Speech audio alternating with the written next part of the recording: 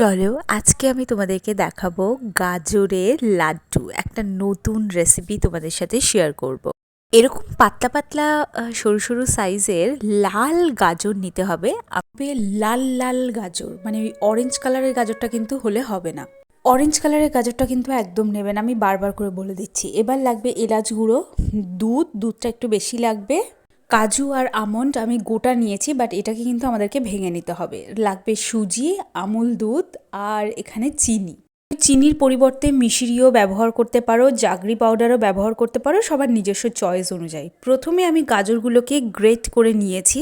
স্টেপটা যদি ভালো করে না হয় তাহলে কিন্তু জিনিসটা একেবারেই সুন্দর দাঁড়াবে না। তো এখানে দেখো আমি গাজরটাকে গ্রেট করে নিয়েছি, আর এরকম সরু সরু সাইজের 5খানা গাজর নিয়েছি, কারণ যেহেতু সরু সাইজ ছিল তো সেই জন্য। এবার গাজরটা যখন আমি ব্লেন্ড করব তখন কিন্তু আমি জল অ্যাড করব না, দুধ অ্যাড করব।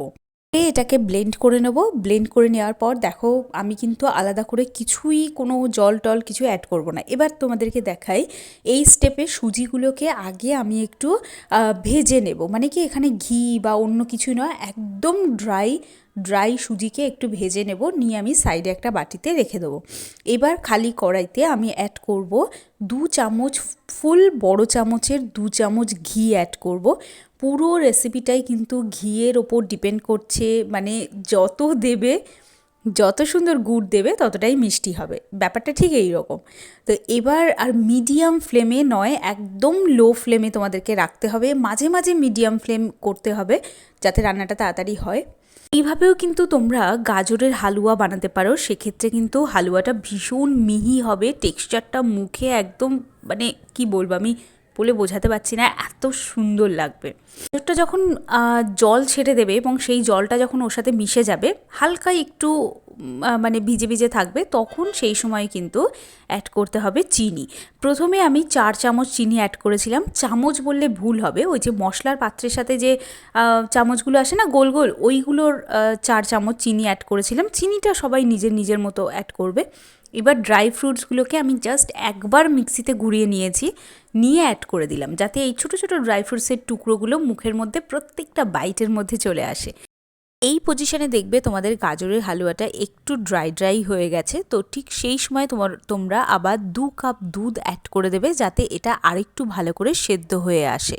এবার এটাকে একটু ঢাকা চাপা দিয়ে রান্না করতে থাকবে, যাতে এটা থেকে জলটা রিলিজ হয়ে যায় এবং এই গাজরটা পুরোপুরি সম্পূর্ণরূপে সেদ্ধ হয়ে যায়। তো এই পজিশনে যখন জলটা, মানে দুধটা যখন কমে আসবে, হালকা গ্রেভি থাকবে, তখন তোমাদেরকে সুজিটা অ্যাড করে দিতে হবে। এখানে সুজিটা কিন্তু অ্যাড করতেই হবে, সুজি এখানকার মেন উপকরণ।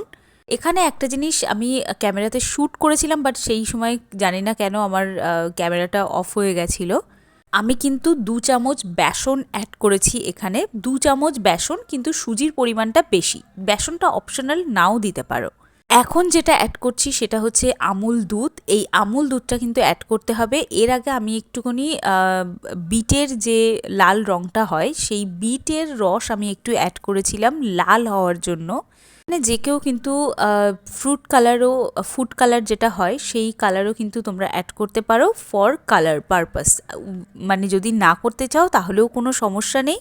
এবার এটাকে তোমাদের একটু হালকা ঠান্ডা করার পর দেখো হাতে একটু ভালো করে ঘি রাব করে নেবে, নিয়ে এই গোল গোল করে তোমরা কিন্তু লাড্ডুগুলোকে শেপ দিতে পারো।